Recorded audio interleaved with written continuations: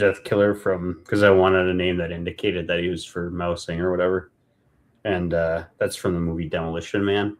Have you ever seen that movie, Wesley Snipes? No, not really. But you mentioned it like a couple weeks ago. Yeah, they go to the future. Yeah. And like the future they end up in is basically where, it's weird. It's a utopia, but it's like a dystopia at the same time. It's like they don't really have like personal freedoms and stuff, but everyone's safe. So the Cocteau Plan. All right, Kat, I think I'm going to kick you off. All right, say goodbye to Gambler. You have like a mini zoo, man. You got like 2 dogs, a cat. Yeah, and my wife here has, I don't say me because I don't want them, but she's got 2 turtles and my daughter has a hamster. So they don't try to kill each other? The 2 turtles? No. All the animals, it's like a Royal Rumble. No, the cats and like the dogs would try to get the cat for a while, but now they're starting to get a little cool with each other. Taking a long time because my one dog will like to chase him, and the cat doesn't know that he's not trying to eat him. He's just trying to sniff him. But yeah, the one turtle escaped once and fell into a box, and we couldn't find him for a while. We had put the water too high, and he climbed out, and he climbed on our thing, and then crawled over the edge and went and fell into like a pop box. And so he was like, we couldn't find him. We were looking all over for him. I think we've lost like 2 or 3 gerbils or hamsters by now, but he didn't die? No, he was just in the box. You take him out and put him back in. There you go. Oh, so you got it? Okay. Yeah. Turtles live a while, so I'm not really thrilled about that. I like turtles in general, but they're kind of gross. I would have thought it got like dehydrated or something after being in a box for a couple of days. Oh no, it wasn't in there for a day. It was in for like a few hours. No. So.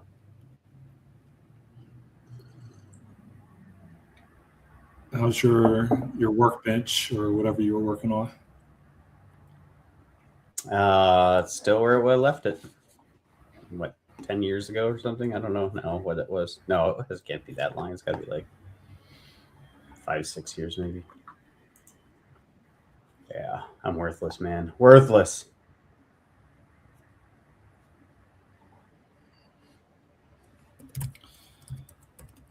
I bought 2 Kindle books. Let me stop coding. I've been listening to a book with my wife.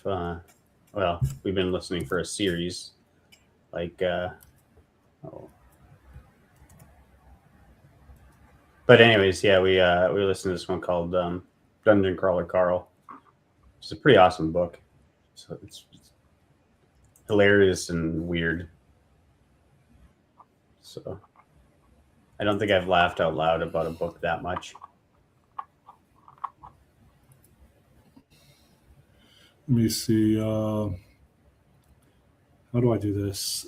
Is it Kindle Cloud Reader? Yeah.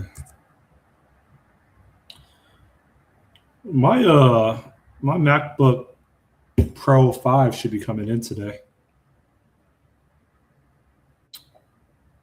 I probably won't open it for another 3 months. And trade it in for the 6.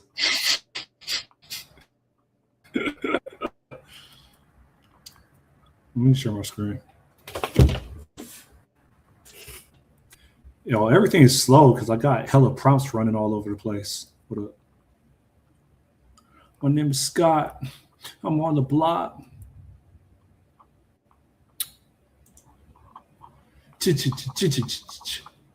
Yeah, so I bought 30 agents every. You see my screen? Yeah. I bought 30 agents every AI engineer must build, and I bought laws of UX. I'm learning so much about user experience. Like, I'm convinced that if you don't have like a high-end like user experience / UI for whatever application, you're missing out on money, retention, and passive income. I'm okay Oh with yeah, being wrong. no, you're right. It's, The thing is that like things that feel good, even if they're a total shit show behind the scenes, like are considered higher to feel. They feel like higher quality software, even if they're not. So like it's a like people perceive things with good UX as higher quality. So yeah. I haven't started reading this book yet, and I've only read the first 3 sentences of this book right here. I'm waiting to get on a flight so I could probably knock off a couple chapters. Because in the morning, it's always like exercise or code or study. And it's exercise wins predominantly or most of the time. So I don't have all the time to do everything. That's it though. Yeah. Oh, look what I got. Hold up. You ready? Sure. See this?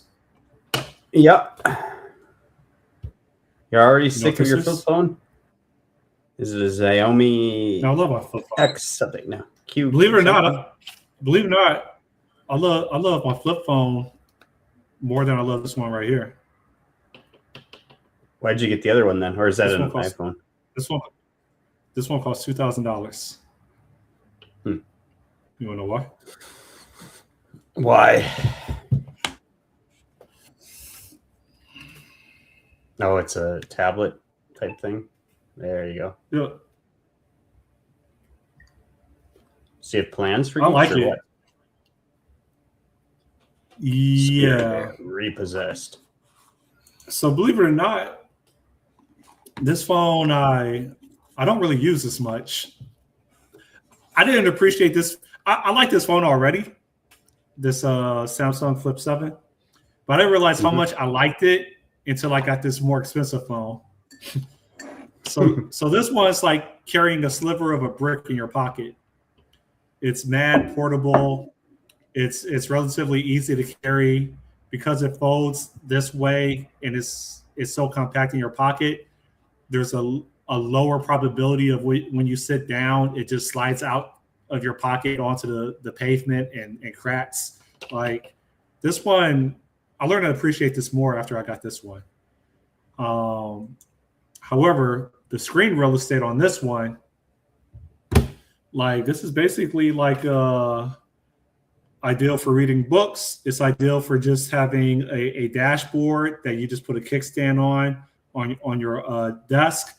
And while you're writing code, you can look at your dashboard or watch videos. Like this is very convenient for the home. And for like, I would argue like while you're waiting for your code to build, you're just watching YouTube videos on here. But also I have reason to believe that in the next 12 months, like this is going to be mainstream. All this extra real estate for mobile apps, like people are going to prefer consuming information on here versus here. I think this is like run and gun on the move, and this is more of like stationary use. So I like it, but I don't like carrying this around in my pocket. One is it's heavier, even though like it's relative. Like this is the case is on here, so it's a lot thinner than what you see, right? The case is on here, but it's heavier, and like I could drop this. I dropped this so many times, and because this thing isn't stretched out like a limo, like it's a lower likelihood of the glass fracturing compared to this long sliver. If I drop this, I'll be surprised if I don't crack the screen just because of how long it is. So I like it. I like it though. It's pretty cool. So I like playing chess. You must have giant hands. Just like I could do that. Yeah. You can hold it like a like regular phone, man. Did I ever tell you I have abnormally small hands? Like I do. Yeah, I think you mentioned it before. It's the fact. Like they're tiny. But I guess you'd have to have a frame of reference. No, I can't. I haven't met a dude yet that I have bigger hands than. Yeah.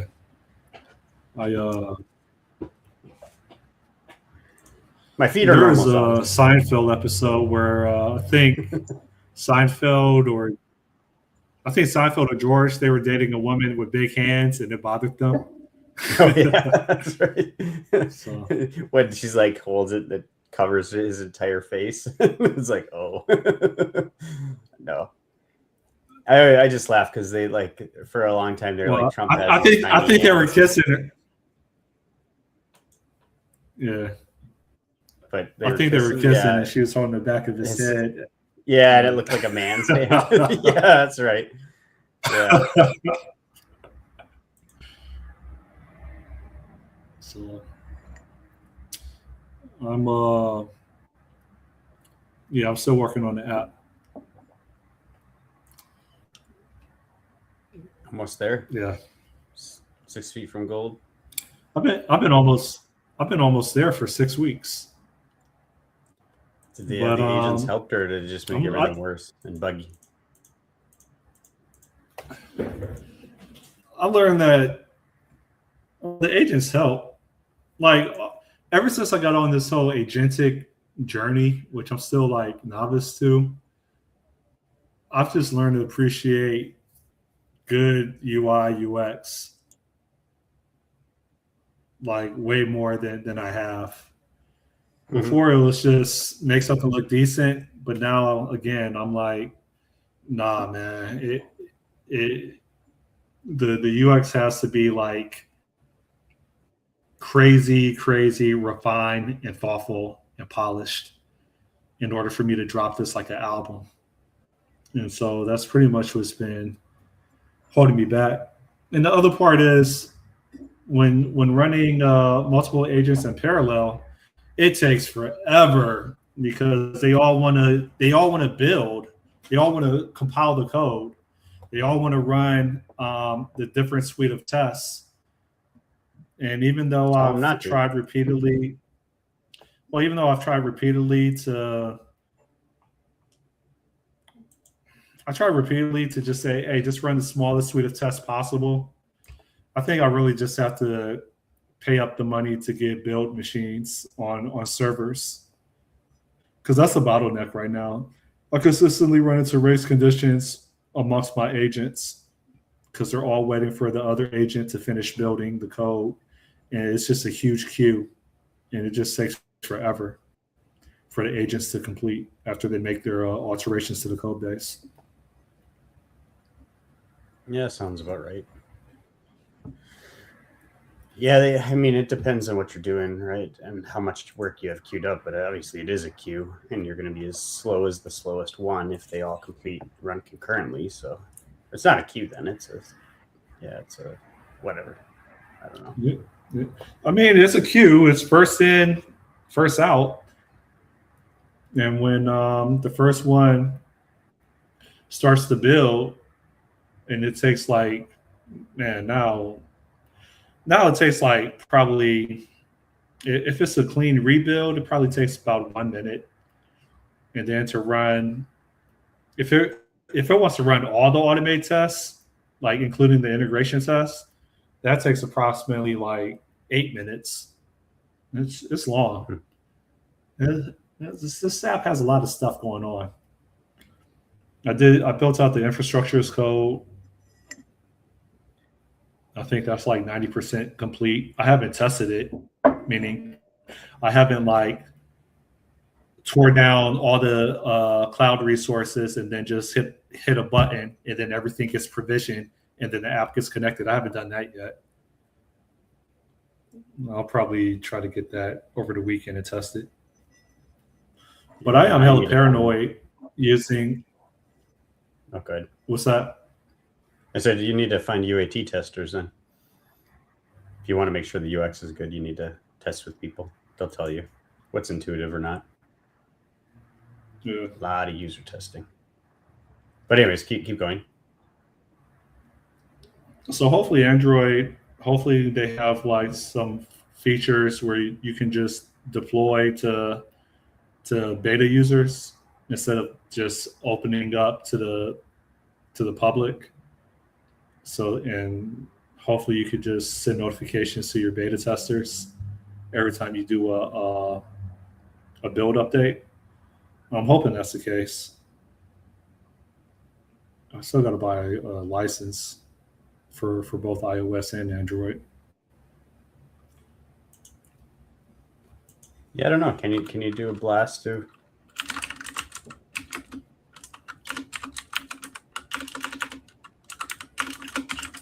And also, I just have to. Closed beta.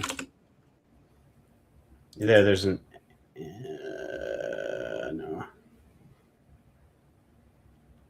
We're close.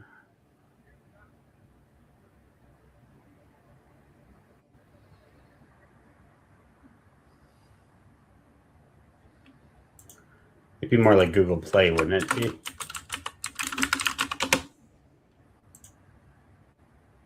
Close testing, get early feedback and reviews. Yeah, there's a closed testing on Google Play. iOS has the same thing. Oh, I don't know. Let me check. iOS closed beta. Test flight. Let me see. Is this it? Beta testing made simple. Test flight makes it easy for testers to give feedback on your apps, games, or app clips across Apple platforms before you publish. Feel test flight. What it's called.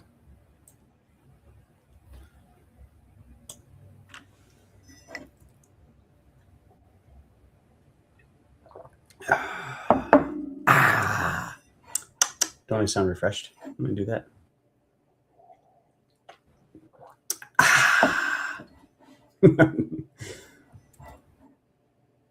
Oh man, I just about, I don't know what happened to me Wednesday, but I had some real mental health issues going on or something. I was like, it was bad. I was mad and just angry, and I flipped out. Well, I didn't flip out on anyone, but I was just like, I'm not sure goddamn. it's why. Was your internet slowing down again? Yeah, you probably can't hear me. I'm at 100%. It's not the internet. No, it's not the internet. I have 100% CPU usage, so that's why things are that'll do it. You might need to pause some of them. Did you see that can't stop XAI released an early version of their build tool then, or their CLI agent tool? Grok build. Who? XAI. So oh no, that's Elon's stuff, right? Yeah, Grok, Super Grok. No, I didn't know that. Yeah, are they even a just announced contender? it yesterday. I mean, the thing is I think this is their first foray into actually trying to do the code building thing. Like they've been in Cursor for a while, and I think Microsoft has them as an option. But I don't think it's ever been considered a strong suit of theirs. So we'll see.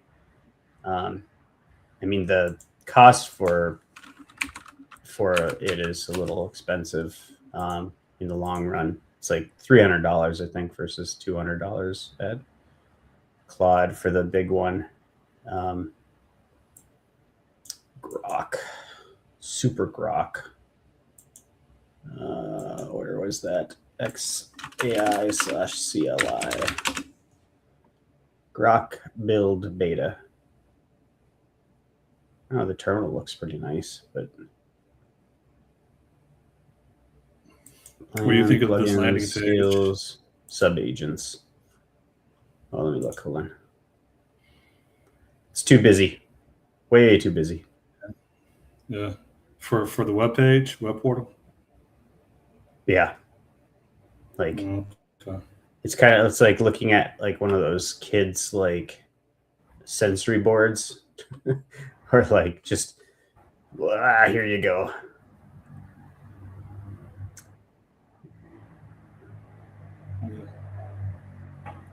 Is that's not the app though, right? That one? It didn't upgrade it to that, did it? No, this is the mobile app No. when people look at their notifications. Oh, that's like really busy.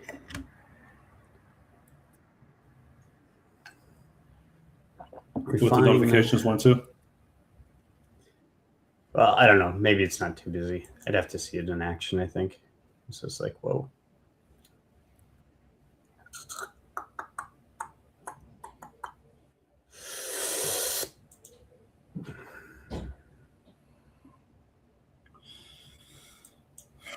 You sound like a UX designer. Or is it just I'm just desensitized because of how immersed I've been in my own stuff? I don't know. I maybe I moonlight, but like it's like design is something where it's like I think you have to have a certain taste for things. Like you have to use it, and then you feel it, and you're like, this doesn't feel quite right, or I wish it was like this, or something like that, or and simplicity is usually the key to good UX. Is the simpler you can make things, the stronger it is. But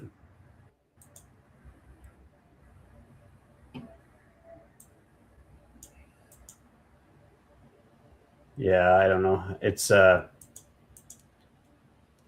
don't know how to make good UX half the time, but I know it when I see it. Like I think of Google's like Google Docs and what they did with that as being like an example of very good UX, because things just work. It's clean. You mostly know what to do. There's a couple things that are a little bit quirky, like if you're trying to import something, you can't just drag it onto the screen. And then like sharing a link, sometimes it's too easy to forget to that you have to add someone. So then you have to do that whole request dance. But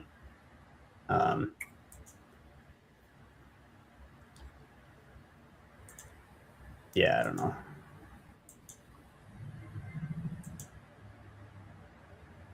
Dude, it's funny. Grok doesn't put their pricing on their pages. Like, why don't they do that?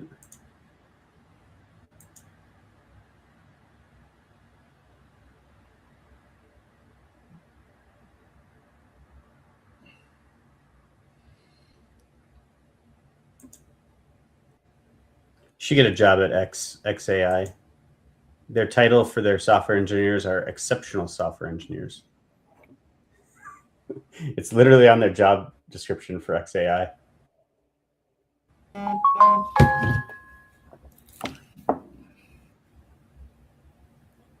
Compensation is 180 to 440,000 a year. That's base salary. You haven't hit your salary cap. You just stop trying.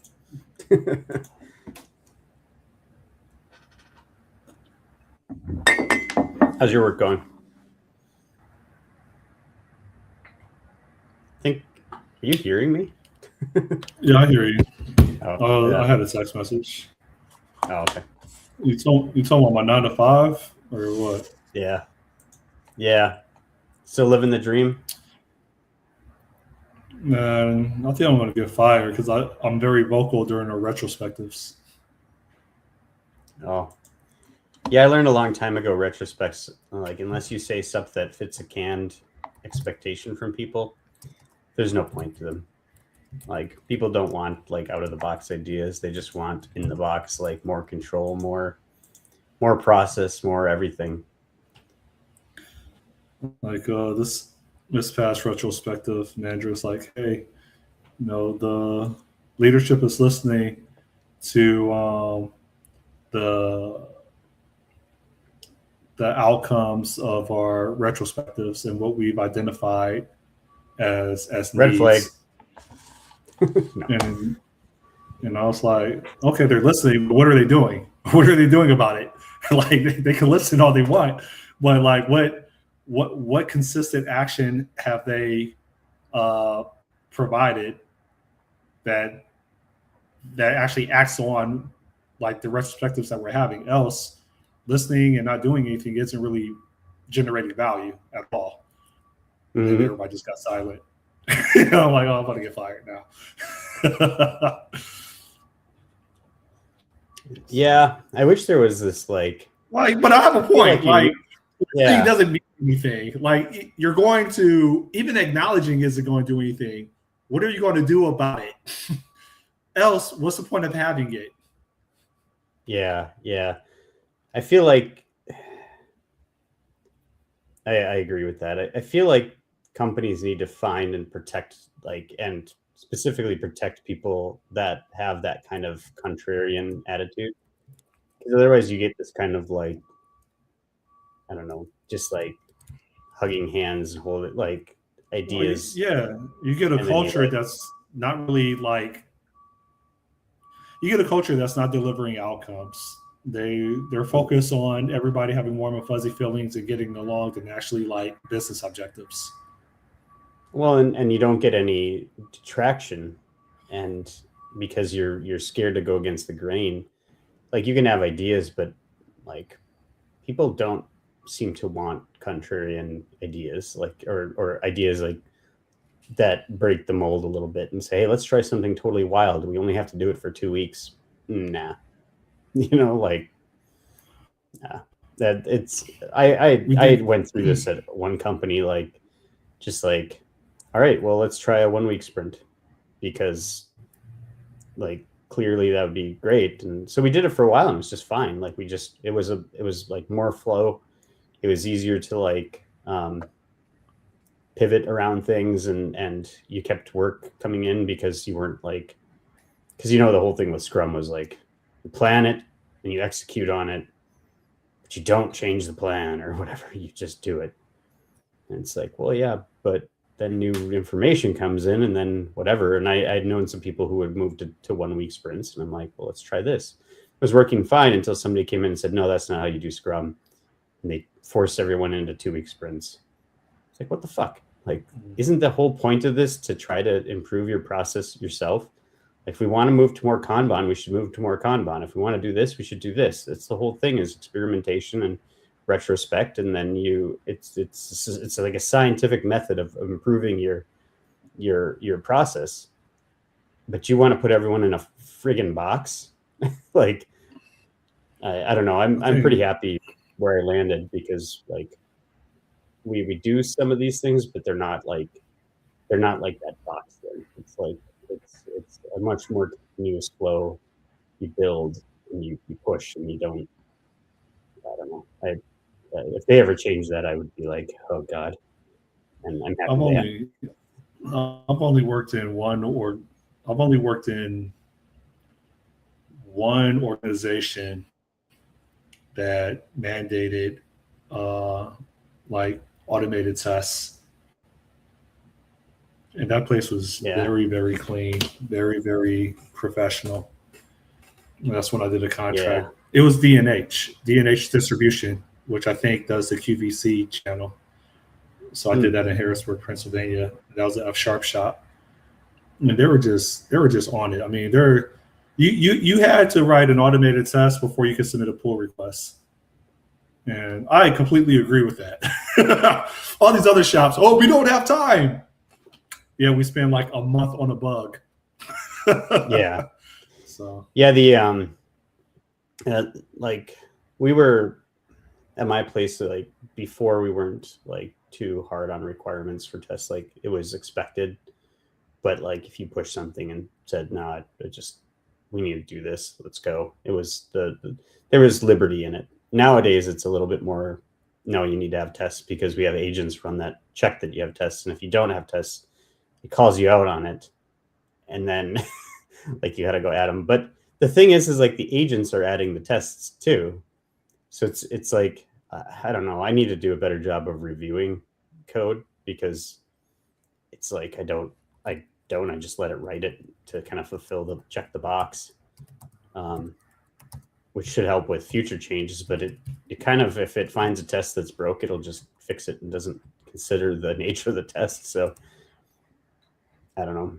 There's with agentic programming, it's I don't know. I think you need to really focus on building out your agents and building out a system, the software factory system, in order to get things right. Because otherwise you just end up with a mess, and you have to do a lot with speccing. Look how many tests I have, and then look how many skill files I have for the. Give me a second. Where's my skill stuff at? Have you defined sub? Oh no, you're using Codex, right? So do they have? I can't remember. I'm actually going to be trying Codex again. I got an API key to do it for work, because I was like, look how slow the thing is. Yeah, I want to see how. Yeah, you might see how long it took to render. Yeah, I need that. I need that MacBook Pro 5. Yeah, are you doing? Yeah, and that'll change a lot too, because it'll be a lot faster. But you're not going to be able to use Visual Studio. But and that's what I was going to say is, like, are you doing a lot of hand coding now then, or not? Because if you're not, Visual Studio is a heavyweight thing for what you need. I'm not, until I have to debug, because AI doesn't know how to. Oh, you're kind of going in and out again. Fix a bug. That happened to me yesterday. I had to go in there. And writing more context of what the bug is, and then usually it's able to self-correct.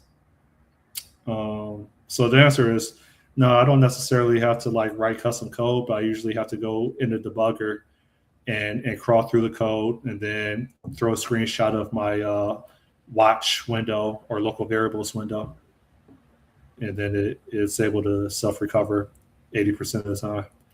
Where's my skills at? Yeah.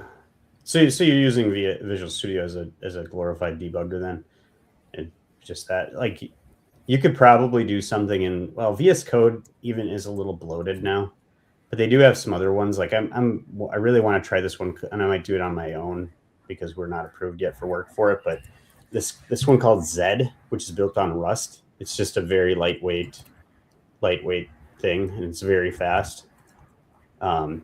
I guess that the agent incorporation is a little funky, but I don't know. Have you know, the thing is you can do too, though, is build your own one. Like, you could build your own tool. Look at all my skill files. Hold up. Yeah. Shoot. What am I looking at? That's not what I was talking about. Hold up. How do I get to my... I don't even know how to navigate to my skill files. It has to be up here somewhere. Have you built sub-agents yet? There's agents, skills. Look at all my skill files. Oh yeah, that's a lot of skills. Multiplayer, group sync, regulated workflow, guardrails, DB that locking. Doesn't seem like requirements and stuff. Well, I guess this test strategy is fine. View model standard is fine. What's the Zen mode? Are these specs for things? This UI, UX. Zen mode is UX specification, color scheme, and it's a spec. 44 pixel tab. So aren't all skill files? Like, what does it do? Specs. Well, there's the Zen mode. The Zen mode provides the UX specification. Skills are supposed to be for things that you do regularly that you need to that you want the agent to execute, like it's almost like a tool or whatever, like a specific procedure that you want to record. Sub agents are more like, those are ones that you make little experts on. Like you put in the prompt, and the difference is subtle. I always have to kind of like check myself on it because it's really hard to explain, but it's like what you're doing with skills might be in some cases what you want to use a sub agent for. depending on, because like I think if you say like you're an expert like that, you're probably looking at subagents is what you want, not a skill, but maybe. Maybe, gosh darn it, I need to find a way to explain this because it bothers me. I'm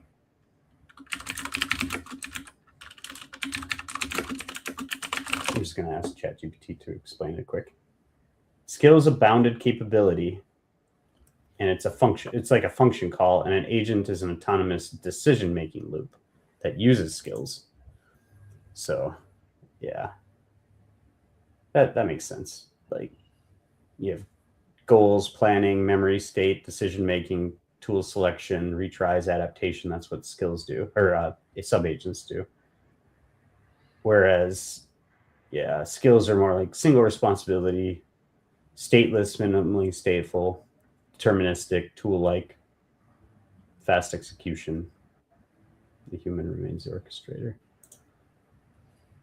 Why are you trying to hit on my 24 skill files? I'm not. I'm saying like that it might be in some of these cases anyways, not all of them, but in some of them they might be more like subagents is what you want.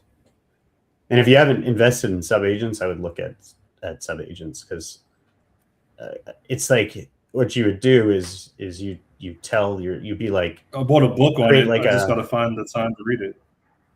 Yeah, you'd like create in it, you might create like a view model composer subagent who just knows, who is your expert and can make judgment calls on how to construct view models. And you feed it all of your rules and your desires and all that kind of thing. It's very similar. It's really hard to explain the difference between them because they're so similar. But it's more like if you have a specific task, like a very particular task that you want it to do, that's when you use like, so like, let's say you have something where it's a Git operation and you're like, all the time I'm doing Git do this, Git do this, Git do this, Git do this. And it's the same procedure every time. You put that into a skill. You're like, use my rebase skill to rebase. And it would be just literally like, do a fetch, do a rebase, and then commit, push type thing. It's more like it's like a function call. That's what you could say. Agents are more like, I'm going to embed knowledge into this thing and let it decide how to do stuff. But dude, it's if it works, it works. Don't get into the minutia of it, but you might be leaving things on the table too if you haven't explored subagents yet. And in Claude, I don't know if Codex has it yet, but in Claude you can actually do something where you can create a team of of agents where they actually spin up different Claude instances, and then they all communicate with each other in a network, and they work that way together. It's like a exploratory feature. They haven't really done they haven't turned it into like a thing you can just turn on yet, I don't think. Have you used goal yet? I think, yeah, Codex has goal. They started with goal. Now Claude just added a goal. So if you're doing like a long running task, you set a goal. Yeah, so like if you're doing a long running task and you want the agent to work, you set a single prompt with a goal with a prompt. Like your goal is to do this, and then it literally will just run until that thing is true. And then you don't have to babysit it as much, I guess. Is the thing. Are you still doing are you doing a lot of approvals, or do you run things with run dangerously type or run auto accept? No, I do auto accept. Everything. Yeah. I live on the edge. Yellow. Yeah, and then you got to clean it up. Why'd you create a testing folder? It should be under tests. Man, I don't know. I'm proud of my nearly 1,600 tests. Damn, I need to build something impressive. Work with me. You're like Odie, man. You just rather be in isolation. Dude, I don't know. I feel like I want to be like an island on things. Like honestly, like, I don't know what it is. I have a hard time working in teams because my process is different than other people, I think. Like, I look at the whole solution and it's hard to break it up because it's like these are all interconnected things, and like you can build small bits for sure as long as they're not like coupled to each other. But if you have anything that's coupled, it's really hard to say, hey, go work on this when I know I need to work on that too to get the thing I'm working on. And it's like I'd rather just be like like an engineer of one, a team of one. It's not Chuck something that's Norris. valued in the industry. It's not something valued in the industry, though. It's like you're expected to work in teams and be a team player and stuff. And so I try my best, but it's like, man, it would be better for me to just give me the whole problem and let me work on it. And when I need people to come in, or once I'm set with the architecture and you have a repeatable thing with nothing coupled, then we can bring in more people to start going crazy on things. But I don't know. I struggle with it. I've always struggled with the team dynamic of working on the same thing with multiple people. It's just so hard. Man up. At least I'm conscious about it, though. Like I'm not like against it. I think if people work well that way, it's great. And obviously you can achieve some your parallelism. But with agents now too, it's like you really could just do it yourself. But I don't know. It's a different world. Like the television show.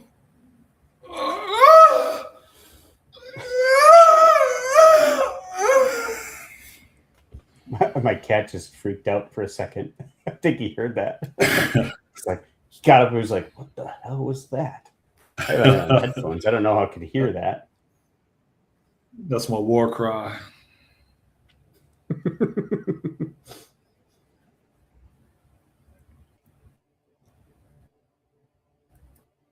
If I was a unmarried nerd and I didn't have a job, no, I would just sit. I would go through all of our videos and find every time you did that, and I'd create a greatest hits type thing, or make a song where it's just like,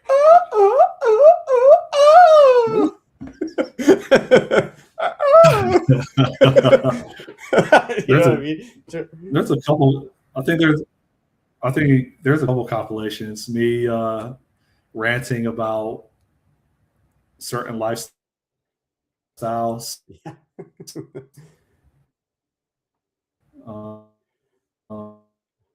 Automated test debates. You're wigged out right now on your thing, so.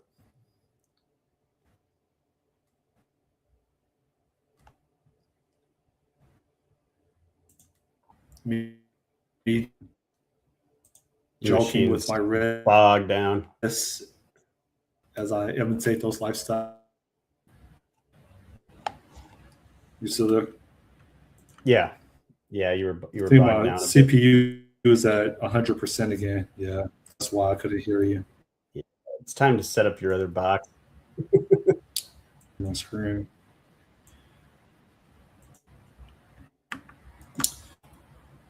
And this is a beefy machine. Yeah. As much as I mean, it's old. It's like 7 years old. 64 gigs around. No. Yeah, 64 gigs around. Yeah.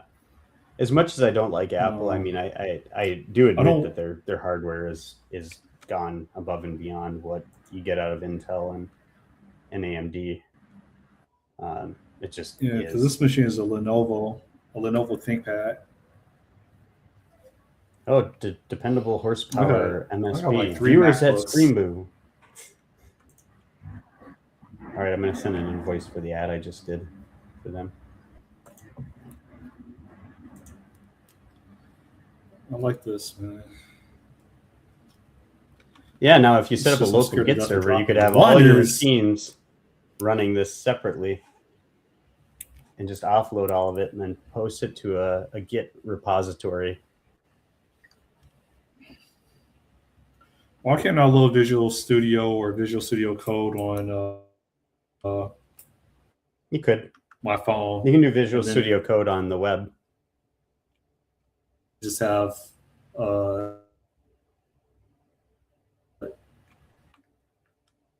agents run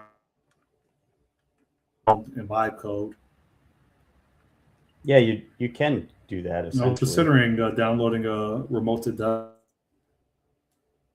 desktop on this right here. Yeah, you could do that, or you could just you on can have a here, website. I can't dictate what. You can have a web instance of VS Code running. Like, it's possible.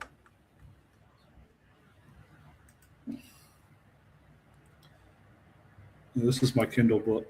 Like, I mean, I see potential with this thing, and I think I'm about to buy a trophy watch once I deploy this to the App Store. For a second, I thought you were going to say trophy white, because you started with a W. I'm like, what? You could buy a trophy wife? I thought you had a. I thought you had to woo those, or be really rich to get a trophy. Darius Austin, DARIUS Connie Clark, MERCONIE. Clark, What are they talking? Immediately, I go down to my knees and I look around. I'm like, okay, so I get them on. Situation you probably never was. My name is Scott. I'm on the block. I'm thinking about going to the Bahamas tomorrow morning. But if I do, I mean, I have to get there at I have to be at the port at like 5 in the morning. That's hard to do when you're just by yourself alone. You have more motivation. Did you drive your car there? With you. I can drive my car there, yeah. It's just hard, man. Because it's like, go there and sleep in your car. That means I have to wake up at like 3:30 in the morning. Don't you wake up at 3:30 anyways? Oh, I'll just go to Fort Lauderdale and just get. I'll wake up at 4:30. But just jump on a cruise. Yeah.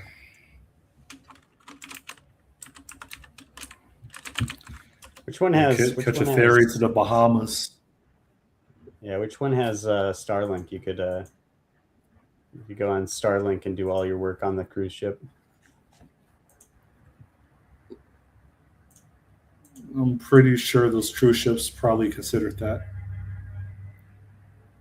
Oh yeah, no, I mean there's some that I think allow you to do it, and then some that probably don't. Canaveral. You think this Ukraine war is it just me, or did Ukraine get stronger militarily over the past like 6 months? Do you know? Have you read about their gamification system? Yeah, it's like that and McDonald's.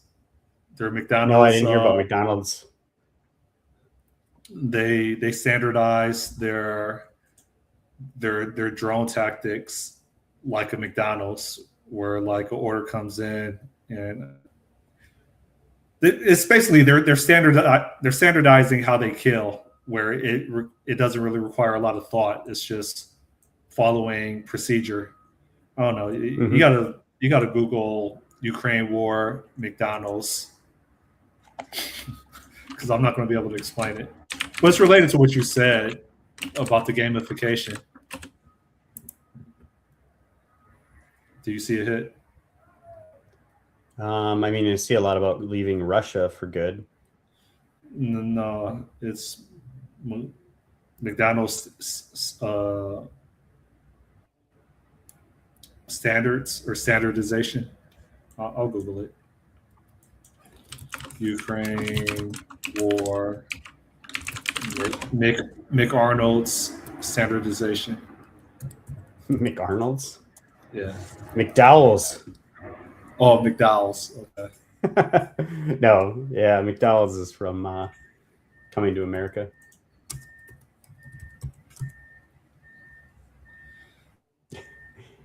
Did you ever watch this or see these videos of this Chud the Builder guy? Yeah, I don't see it. He shot someone this week. What happened? Like you knew it was going to happen. This Chud the Builder guy who goes around and calls people the N-word and then says they're chimping out. It's I don't know why it's funny, but it's not. Well, he's starting to get beat up, and then he pulled his gun and shot the guy, I guess. So that's a coward. He's now he's so he provokes people, and then when they retaliate after he provokes them, he kills them. No, this is the first time. Well, I don't even know if he's killed him. I don't think he died. I don't know if they killed or not. He carries it. Yeah, it doesn't matter. He goes out. He goes out of his way to provoke people to get a reaction, hoping it's a violent one. And then when he gets what he wants, he tries to gun them down. Like that's gay as hell. Yeah, so. Yeah. I'm not saying that the guy is good. I don't know why, but like I've seen his videos and it's weird. Like I just curious if you had seen them before. No, because he like it's just so anti. It's just so out of the norm that it's intriguing in a way. And some people are, to his defense, like I watched this guy, and he's not a white guy, he's a black guy, being like, he's like, hey, he loved him because he's like because there's and this is with whites too, like we have our as a race, we have our people who are just, we have meth heads and really weird guys that are supremacists and all this stuff. Like there's fringes, right? But within, and correct me if I'm wrong, you tell me, but within the black community, there are people who are like, you're like a normal dude, right? You're like, to me, it's like you have your own cultural aspects and stuff, and they're different than mine. I'm a productive member of society. I think I am. Yeah. But you don't like go around like and harass people or be probably super loud around people and just no. I try to respect everybody. I try to be courteous of everybody until they change my mind, which is rare, but it happens based on the law of probability. So yeah, and I think that's a normal human response. Like we want to make connections, and then when we don't, or you find out someone's an asshole, you don't give them the time of day, right? Move on, or get out of their way, or if they won't get out of your way, you get them out of your way. And that's a rational thing to do. But there's people that get in people's way for no fucking reason. This guy's doing the same thing, really. Like people are just living their lives, and you got to get up to business all the time. They shouldn't have a platform, man. Like, I understand like free speech. I get that, but not at the expense of making other people's lives unnecessarily more difficult. Yeah, like I can't stand the whole. Have really nothing going for them, and they're already struggling with why am I even existing? And to just artificially inject drama into their life when they didn't solicit you for it, and you're injecting yourself into them, and now because they're already struggling, and because they probably don't have home training, they don't have a father in their life, they've been missing a father forever, and so they just act on emotion all the time because of their mother. That's the only person that has consistently been in their life. Like it's not right, man, to mess with people like that. So I honestly don't see that stuff as funny. I don't. Yeah, I don't have any for anybody who blocks a highway, like when they go out and they're like protest, and this happens in Minnesota, I guess pretty regularly, down in the Twin Cities, not where I am, but where they jump in the middle of the highway, and then there's semis and things coming through, and it's like they're stopping them, and then they start harassing them when they're like, yeah, like that's the thing is like honestly I'd be for this, like a law that's like if somebody goes into a major highway and blocks it intentionally, and they don't move after 3 attempts of requests or something, you have the right to run into them, like, and just go. Like, I have just no sympathy for people who want to disrupt everyone's lives for something that's not going to change their minds. It's going to make people pissed off. And in doesn't Europe, help their cause those whatsoever. those stop oil people, where they literally just go into the middle of the street during rush hour and they just lay down. That annoys me so much. And then people drag them out the way, and then they walk back over and they lay down again in the middle of the road. And it's like, what are you trying to solve?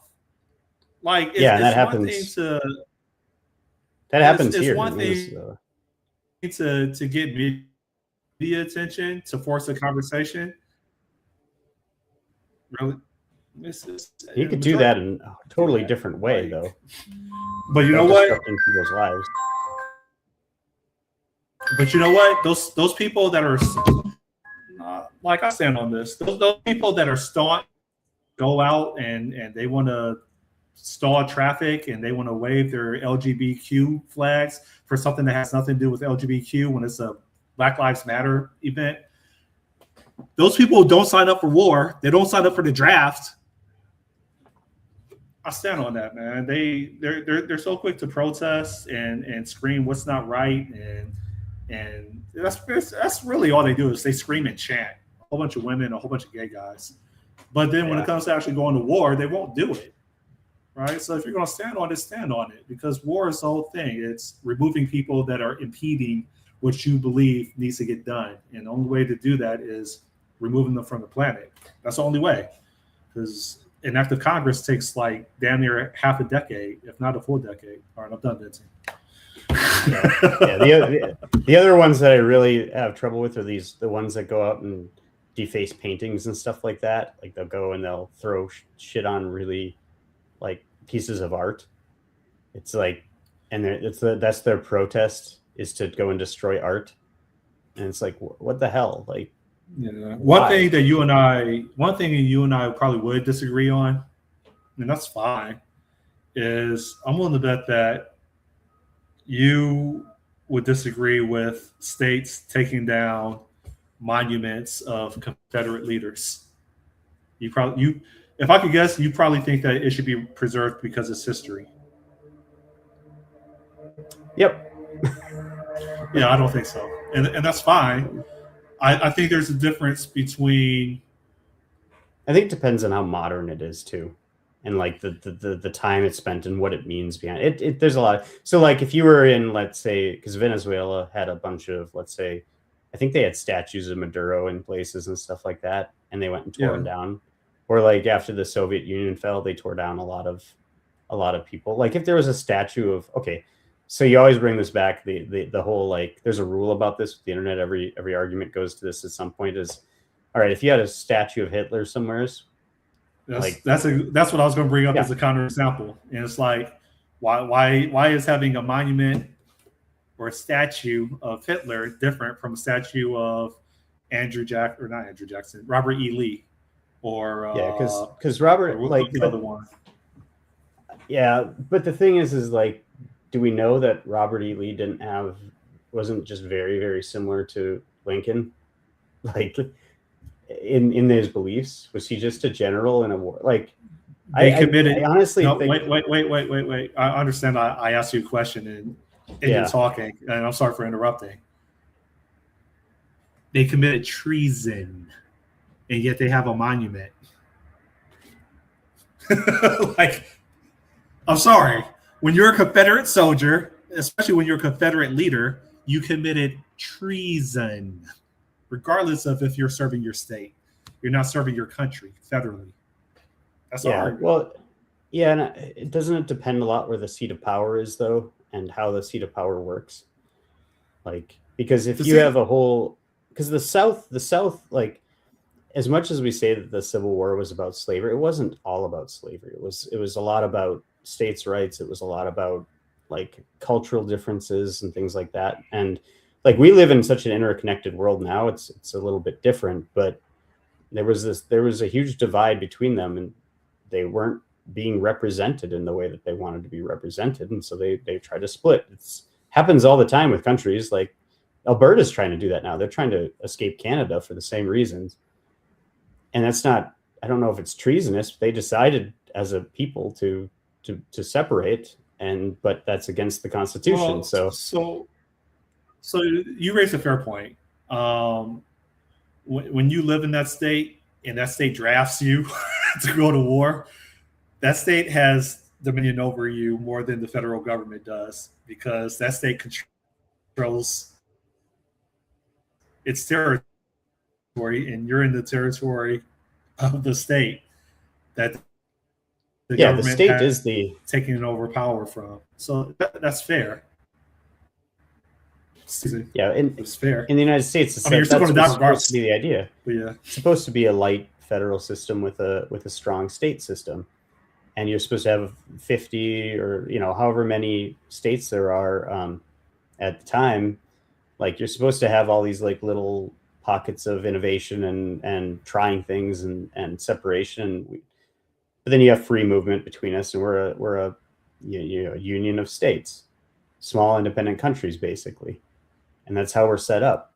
But if the federal government, like, let's say California and New York, and I worry about this with these, like, the founders weren't stupid when they put in the whole electoral college and all that. Like, they knew the problem was going to be that representation was going to get clustered around large population centers. And so how do you make it so that people in, let's say, the flyover states, quote unquote, have a voice? Is you give them a voice, you force it to be a voice. It's not about population, it's about culture, and it's about things. And that's what the liberal mindset doesn't really grasp, is that, like, we're culturally different and we all need representation. And if you go to a popular vote where you have population centers that are clustered in things, you're going to be in a position where you don't have representation. You don't have any way to represent yourself and your people in your state. And so, they made, that's why the Senate has 2 per state. And you have Rhode Island, this tiny thing that's the size of a county, has 2 full senators, but they're represented, and that's great, and I like that. But it's like, if you, and the whole point of this was, like, there's a lot of states now, and I think Virginia just passed this too, where they're like, we're just going to give our votes to whoever wins the popular vote. And it's like, like, if enough states do that, you run into this thing where you've just now taken away the the will of people. It's basically, or the representation of people. All the states that have coastal cities are probably going to win the majority of the popular vote versus the states that are inner and continental, meaning Montana, Wyoming, North Dakota, South Dakota. I mean, people flock to the coast where there's water and ports. And so, yeah, the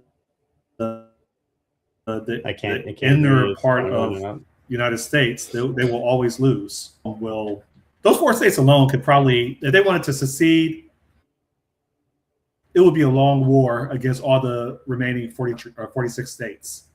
It would. So yeah, and so it's like an interesting movie. I think they didn't they do Civil War? Which ones? Florida, Tennessee, Texas? There was a South. I feel like we had this war once where there was a movie. Southern states decided to leave.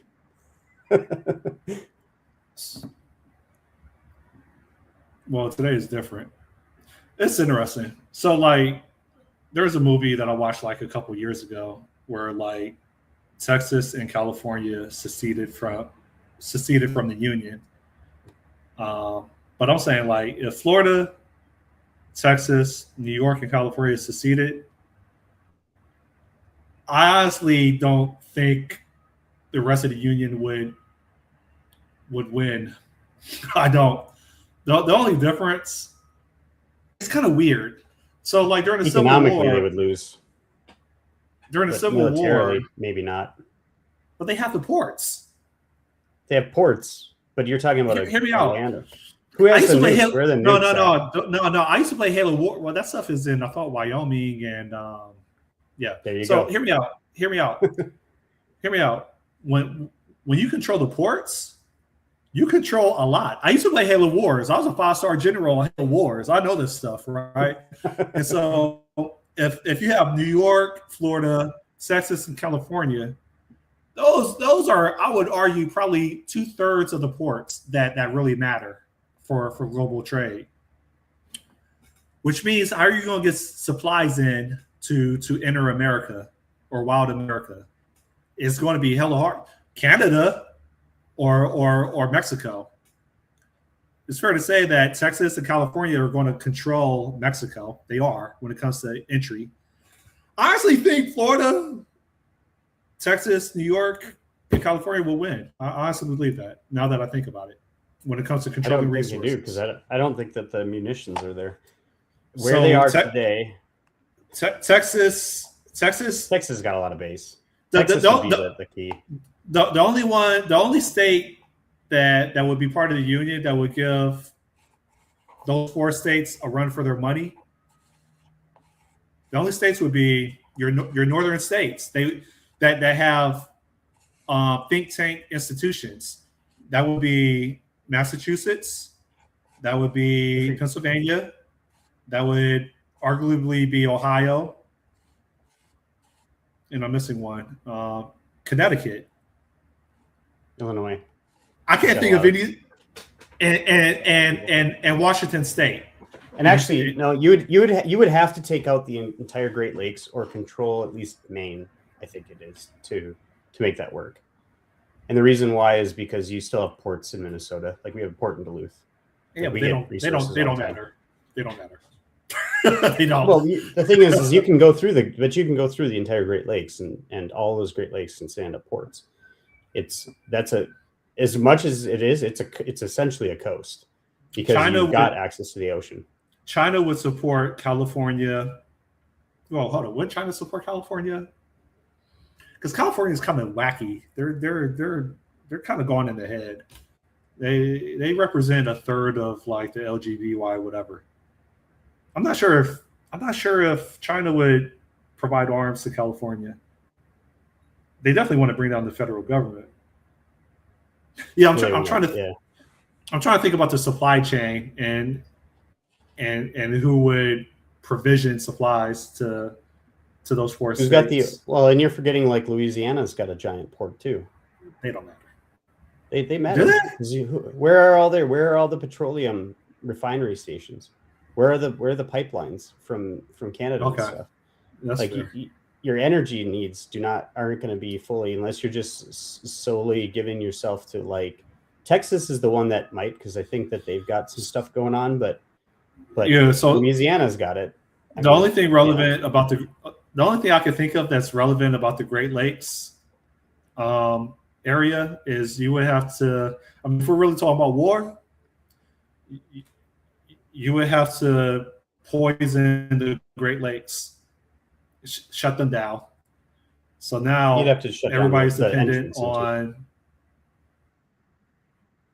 You would need all coastal. You would need all coastal. You would need all, like, coastal. You scorch earth. You get rid of the fresh water from the Great Lakes, right? That'll interrupt a lot of things from Michigan, Ohio. Who else am I missing? New York. But again, where are the nukes? They're Wyoming and South Dakota, North Dakota. Yeah. The thing is, that's the thing. You can't. Why would you? But why would you? No, but why would you use nukes in the Civil War? If you're at war, it's a civil war. Yeah, but if you're getting beat, and it's life or death, you'll use nukes. Life for sure. You don't want to be the one to pull the trigger, but you will. You're not using nukes in your own country. I mean, people would argue that states are their own siloed countries. No, so let's take. Yeah, I mean, take this example. Let's just say, let's go with the extreme of, let's say, like, Islam gets a foothold in New York and California. They take those states and they implement Sharia law, and then they start warfare on the next states to start to go. And Texas falls too, and Florida, like you said. Like, I mean, and then they start trying to enslave people basically in the middle states. Of course, they're going to use the nukes that they have if they're getting beat. But the thing is I don't think military assets are centralized in those big population. They keep them away from population centers because of they don't want a one and done type of a thing. Like they not going to use so that if because targets and stuff. That would be suggesting a nuke is a nuke is a nuke. It doesn't matter. Yeah. So you have the triad, but you still You're have. You're also forgetting the Carolinas, which hold a large amount of military infrastructure, and Boeing, and they've got submarines out of the southern states that go. My argument is your states still control the Air Force bases in the state. They do. Yeah. Like I said, Texas is the one where they have nukes. They're so big. They have nukes on Air Force bases, and we're not even thinking about the submarines. The submarines are still federal. Where do the B-2 bombs take off from?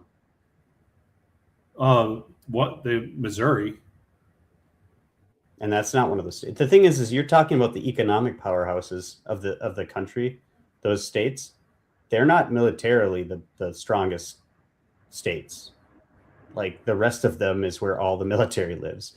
And there's probably a good reason for that, because they don't want to bomb their giant economic centers, because if they get things. Now, Texas is different because it's so huge. Texas is massive. It's giant. Like, have you driven across Texas? I've only been to an airport. So my wife and I, we went on our honeymoon down in Texas, right? And we drove from Minnesota. Our first day, we got from Minnesota, central Minnesota, all the way down to Oklahoma. The entire next day, it took us to get to San Antonio. That's how big Texas is. To get across Texas, it's a whole another day, like, of driving. It's a massive state. So they have a lot of different areas. I heard Texas and Afghanistan are reasonably the same size. Like, Texas is the size of a country. Yeah, it's huge. Like, people don't grasp how big the United States is geographically. It's huge. I mean, it's smaller than Russia and Canada, and I think there's maybe one more that it's smaller than. The United States. I still think big place. It is. I still think if I was in the Union, I would knock out Florida, because Florida's damn near half third world, so that should be relatively straightforward to knock out. Sorry. And then that leaves you Texas and New York.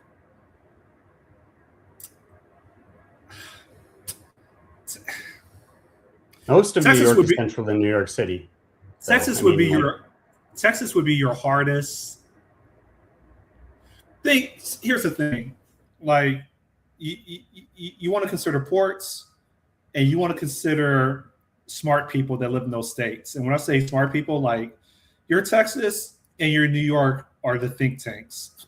I'm sorry, Florida is not a think tank. They don't have the educational institutions that are Ivy League material, meaning they don't have strategy tanks out there. So I think that's going to change. Florida? Okay, you can continue thinking that. Meanwhile, people don't use turn signals down here. It's 2/3. Florida is a third world country inside the United States, especially Miami. It's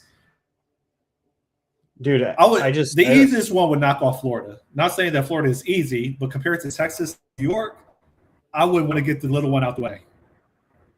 Dude, unless something changes, I think in the next 30 years, unless something changes in the next 30, maybe 40 years, I think the entire system will be different. And I think things are going to get concentrated in Florida, Texas, Tennessee, and then to a lesser extent some other states. But those three for sure, which are because everyone's leaving.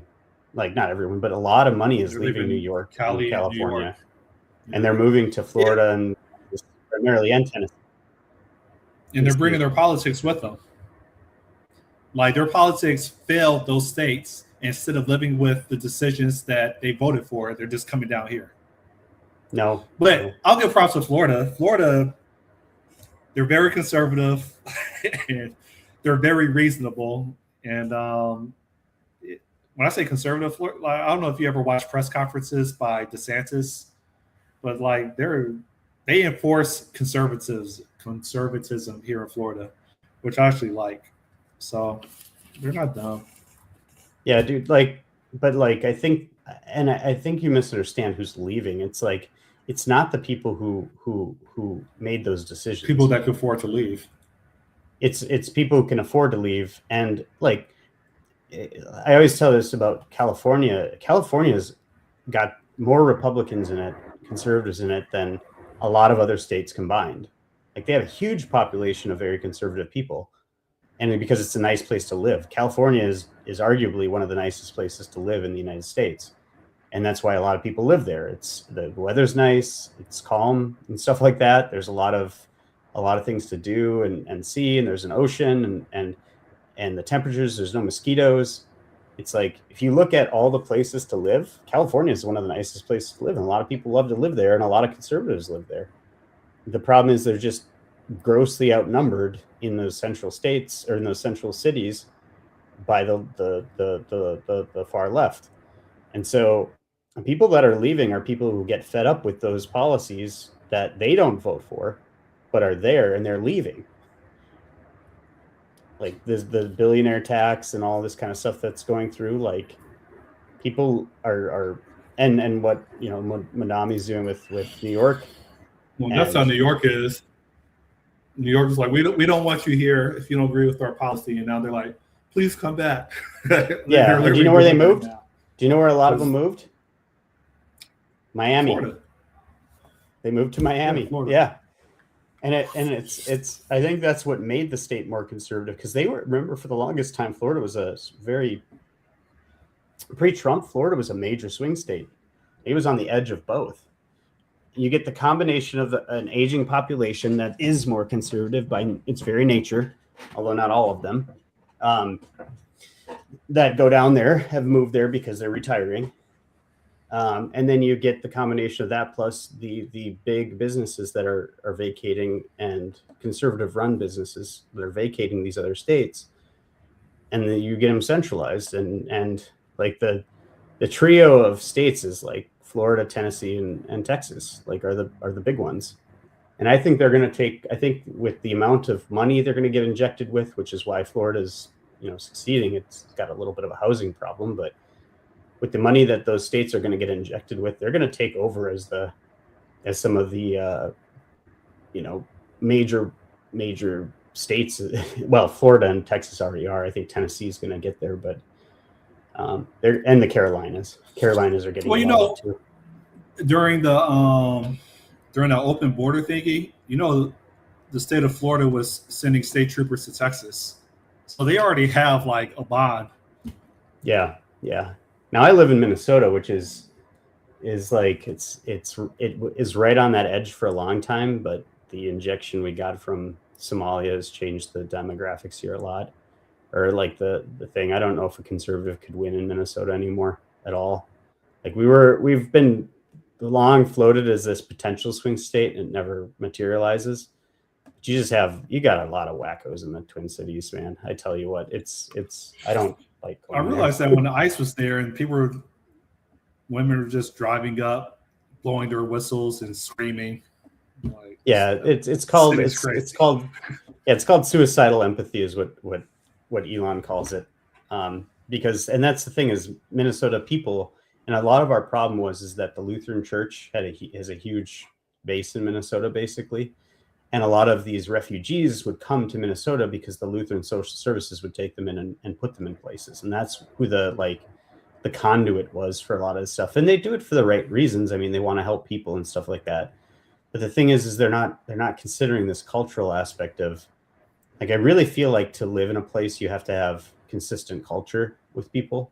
And as soon as your cultures diverge and are not compatible, that's where you get into civil war. And you can see it that's like Korea and Vietnam and all these things when you go, you know, all of them, it's cultural problems. So, and you have to have a consistent, at least a baseline culture of mutual understanding. that's why, like, I wrote a paper on this in college, and I'm like, no, this is wrong now. Like, because it was at the time, like, border crossings were still a big thing back then, right?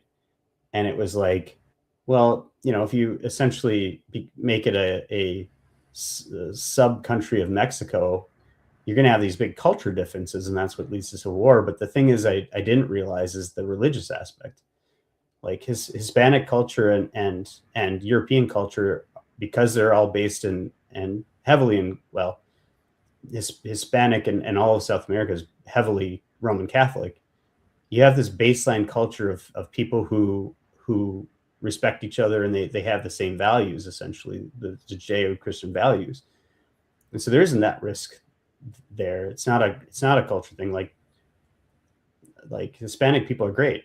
Like, you know, and I think that when you look at it, it's like Islam is the one where I'm like, I mean, if you have practicing Muslims who are just normal folks and follow the more, like, I guess you'd say, liberal aspects of Islam, you know, they're great. There are a lot of great Muslims, and I've met a lot of great Muslims, and I have nothing wrong with a lot of them. But there's a sect of Islam that is basically trying to take over and implement all this stuff, and that's not a compatible thing. Man, I don't know. It's slightly different. And I think the thing is too, like, I think you take all of Asia too, and most Asian countries are compatible with it, because a lot of Asian culture is built on respect and mutual you know, just respect of people and stuff like that. So it's like, if there's one thing that just stinks, it's the radicalized Islamic world, and it sucks. And you can see, like, even like the Middle East is trying to get rid of those people. That's why they're all in Europe now. They're trying to get rid of their bad elements. Like, the UAE is a great country, as much as, you know, they could come up on women's stuff, but like the UAE, you can even say Saudi Arabia is, at least it's stable, and it doesn't have, you know, a terrible, like, government and stuff, and it's generally a good player in the world. But man, you get into some of the other ones, and dude, I don't know, like, I wish I wasn't this, but Somalia, man, that's the one where, because that's what hits Minnesota the hardest, is the Somalians and what they've done with Somalia here, made it like a different world. Like, it's just culturally, it's not the same. And you know what the thing is they sort of teach this, is that because Somalia, their culture doesn't have the concept of not doing fraud, that fraud's okay, and that they like want to teach people that. It's fucking weird. Do you have a mosque in your town? No, they haven't infiltrated this far north yet. And that's the thing, is Minnesota, like, you start to break it up and you say, really? North Dakota should take from about where they are over to about Bemidji, Minnesota, and right before the forest starts, and they should have that. And South Dakota really should go into about middle of Minnesota and down. If you take culturally and stuff like that, like, that's where the line should be. Like, Minnesota has, like, the Twin Cities and Duluth being the two major, like, players in Minnesota for cities, and St. Cloud to a lesser extent.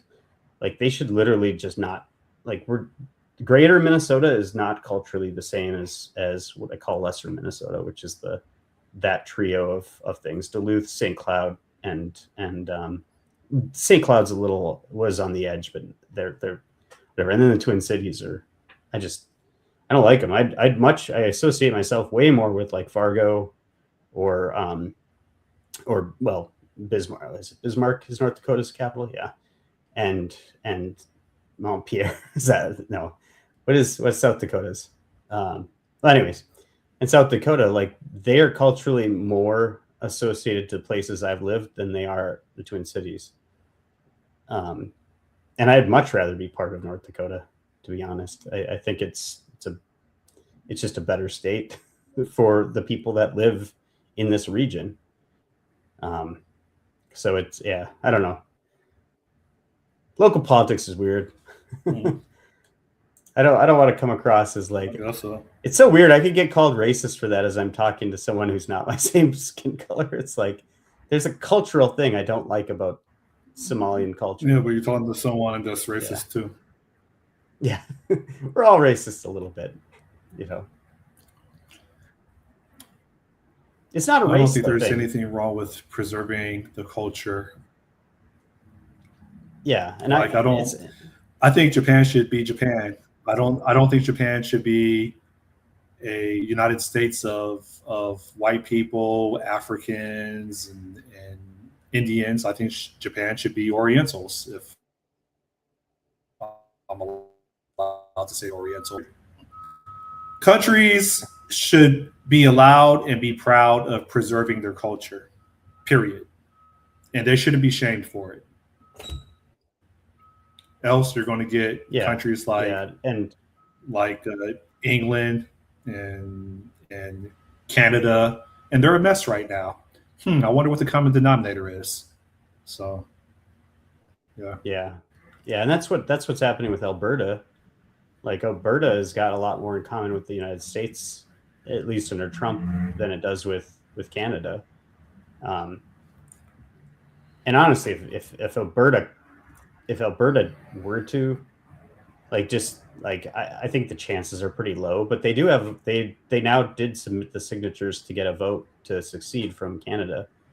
I don't know if it'll pass because people don't like change, but Alberta is much more aligned with people in North Dakota, Wyoming, greater Minnesota, South Dakota, like the kind of central, those kind of central states, flyover states, they call us. I guess Minnesota's, on the edge, but